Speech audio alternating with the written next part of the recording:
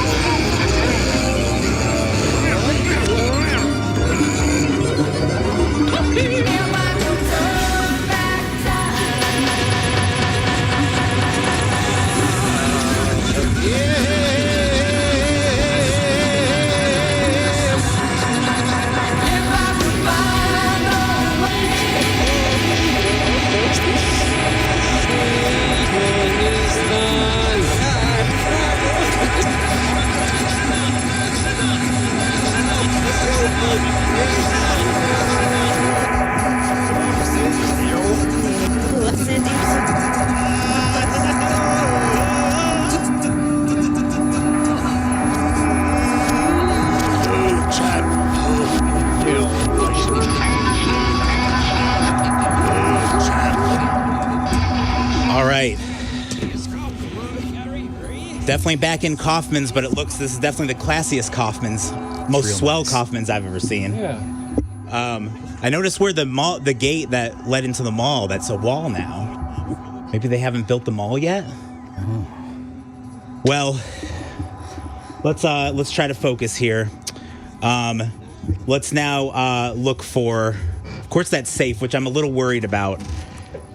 Since what Mother Cher said last time, that the safe, that the 80s is where he is most powerful. I'm worried that's where the safe is. But let's look for the safe. It's still worth looking for the safe. It's got to be somewhere.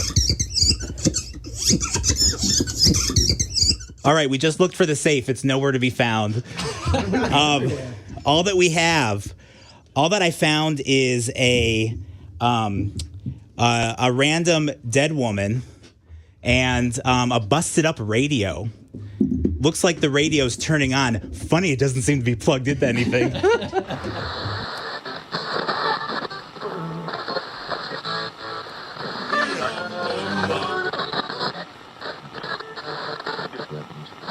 You are listening to WKFM, Kaufmann's Radio. And now, another bone-chilling episode of your favorite crime drama, Mysterious Ways.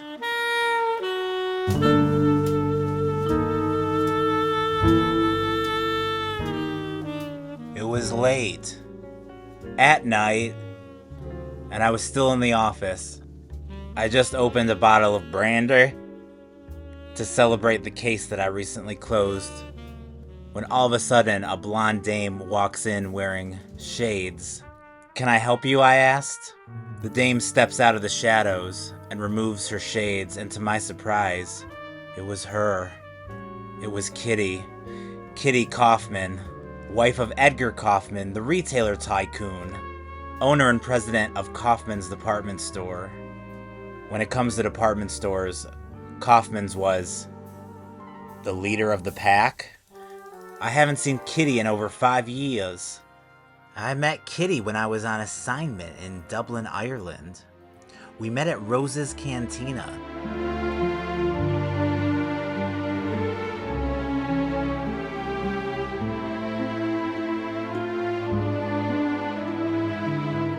She was sitting at the bar and our eyes met. She had the most beautiful and saddest eyes in the world. And all I knew was, I wanted to be there. One thing led to another, and she asked me to take her home that night. We laughed, we talked, we popped bottles all night, and we danced. It was as if I'd known her my entire life. The next morning I woke up and she was gone, and all she left was a note. My dearest, I'm so sorry to have to tell you this way, but my heart couldn't take telling you in person. You see, I'm engaged to be married to Edgar Kaufmann, the retailer tycoon. That's why I'm in Dublin. Edgar is spending a weekend with his business partner, and he doesn't allow me to attend any of his business meetings, so he got me in a hotel room for the weekend. When I met you yesterday, your love opened the door to my heart.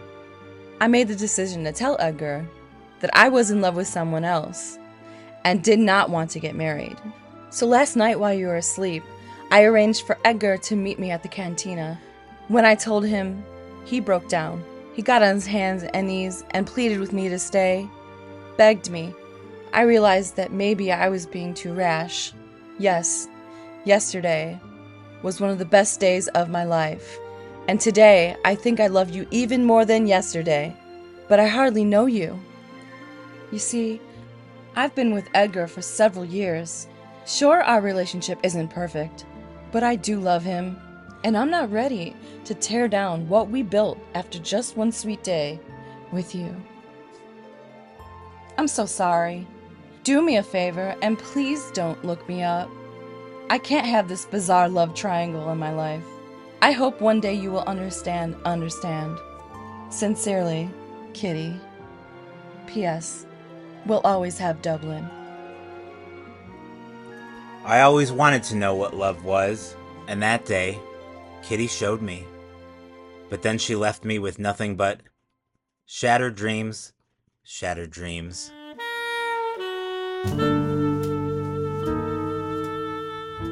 Say, how'd you find me, Kitty? I happened to drive past your billboard the other day. I almost fainted when I saw your picture. So many strong memories came flooding back. Yeah, tell me about it. What are you doing here? Couldn't you have just sent a note like before? Ha. I actually have a job for you. Well, I'm all booked, sugar, honey. I'm not taking any new clients. Now, I think you would be doing both of us a favor if you would kindly back that gold-digging, tub-thumping ass up and scram. Stop. All right, what's the matter? It's Edgar. He's missing. And something is terribly wrong. Why don't you just go to the cops and file a missing persons? Because I'm scared of what will happen to me if I do. You see, I'm in danger. And I know the cops aren't going to believe me. And he will know if I went to the cops. And then surely I'll be a goner. I don't know who else to turn to. And I know you must think the worst of me. But please, I'm begging you. Please, you're my only hope. Look here, skinny love. Unlike you, begging doesn't work on me. All right, settle down.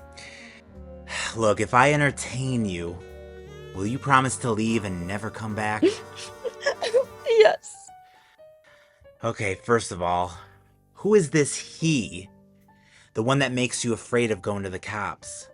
It's Edgar's business partner. I don't know the man's real name. He just goes by Bono. He's a very strange man. The way he dresses and carries himself, almost like he's from another time. The day Edgar met Bono was the day he decided to open Kaufmann's department store. The odd thing is, Edgar never even expressed interest in opening a department store prior to meeting Bono. At the time, Edgar was studying to become a physicist at Cambridge. And you can imagine my shock when Edgar came home one day and said he was going to be in the retail business. But nevertheless, I supported it. All of a sudden, money came flowing in, and the business was booming. Edgar was opening more and more Kaufmann stores at an alarming rate.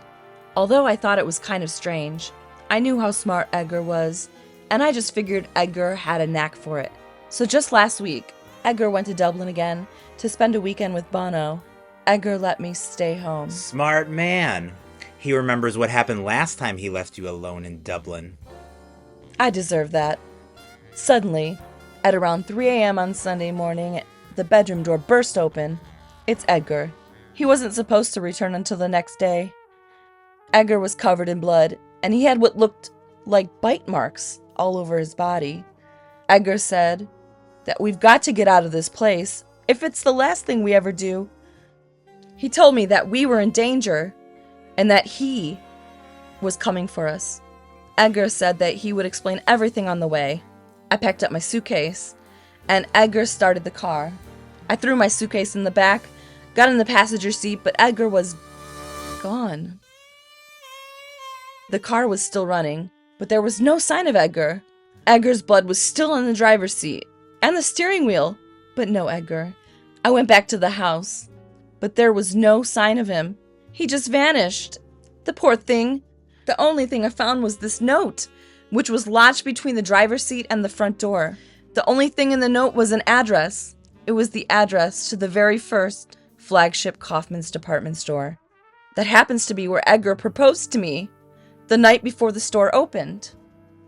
I got a feeling that Bono is somehow involved with Edgar's disappearance, without a shadow of a doubt, but I don't know how to track him down. All I have is this note, with the address to Kaufmann's. It must mean something. Maybe I'll find a reason. Please come with me. I'm frightened to go by myself. Well done, lady. You almost had me going. But That's enough. You have the nerve to come into my office, my life, after 5 years, cracking foxy, trying to take me on some magic carpet ride? I don't know what you're trying to swing, but like I said, I'm booked, and we had a deal.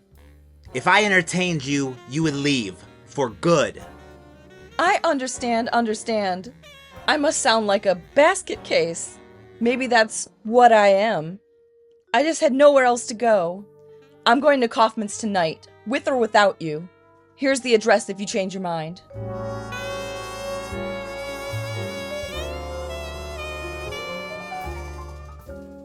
That night, I couldn't sleep. Kept thinking of Kitty's story. Why would she make up something like that? What would be the reason? Before I knew it, I found myself driving to Kaufmann's. I could feel a bad moon arising on the way to Kaufmann's. I hope I'm not going to a dead man's party. The store was closed, but the front door was unlocked, so I walked in. I walked past the mannequins, past the perfume counter, past the saddle shoes, and lying face down on the floor was Kitty.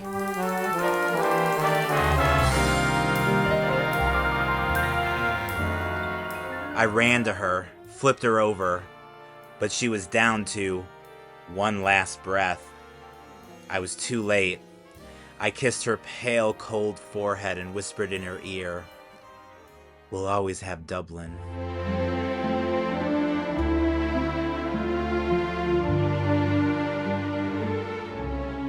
Right then I realized that she was laying next to a giant wheel full of all 50s artists, about 49 to be exact. The wheel, Bono, Kitty, Edgar, Kaufmann's department store, what could it all mean? The wheel all of a sudden started to change. Looked like it's opening. There's a bright light bursting through the wheel. I saw the light, and I wanted to be there. I noticed what looks like 5 mid to late 30-somethings emerging from the wheel. It's time for me to go. Ta-ta for now.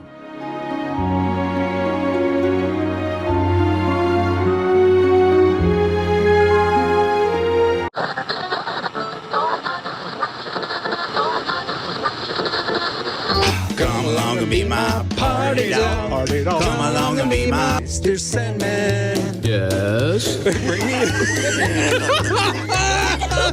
What was that?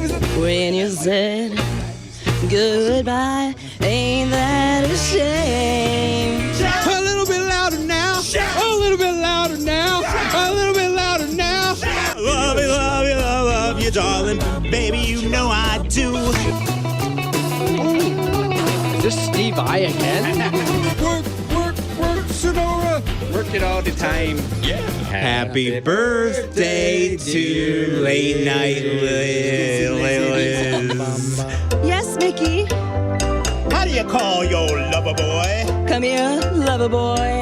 Cooking something up with bum bum be dum bum bum be dum bum. Younger than spring again, feeling that zing again. Wow. Huh.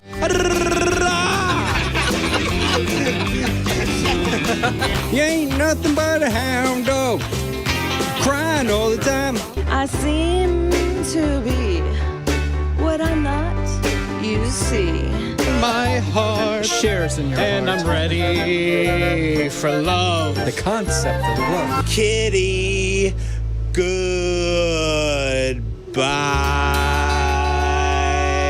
Little country boy could play, oh yeah. Go, go! Crossroads again. No! I meet Diana. To call my own, I want a dream lover. Yeah! I can't stand! Whoa! Woo! Come, Mr. Tallyman, tally me banana. Ba-dum bum bum be dum dum bum. We're still in Kaufmann's, and the radio, the busted up radio that's not plugged into anything at all, is turning back on again. What?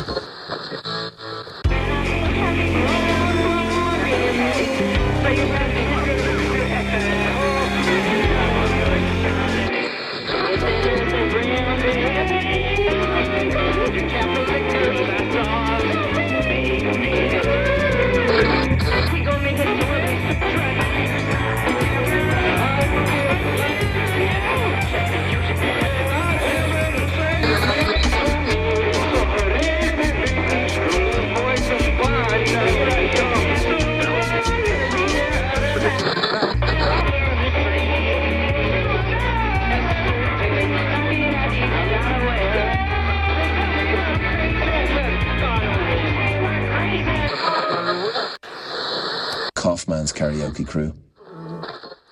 You have proven to be a worthy opponent when you are with each other. Let's see how you do without each other. Do do do down, do be do down down. Breaking up is hard to do. Don't take your. You know, the Cleveland Cavaliers were projected to make the NBA Finals, but they got eliminated in the second round. Because they didn't have Kyrie Irving.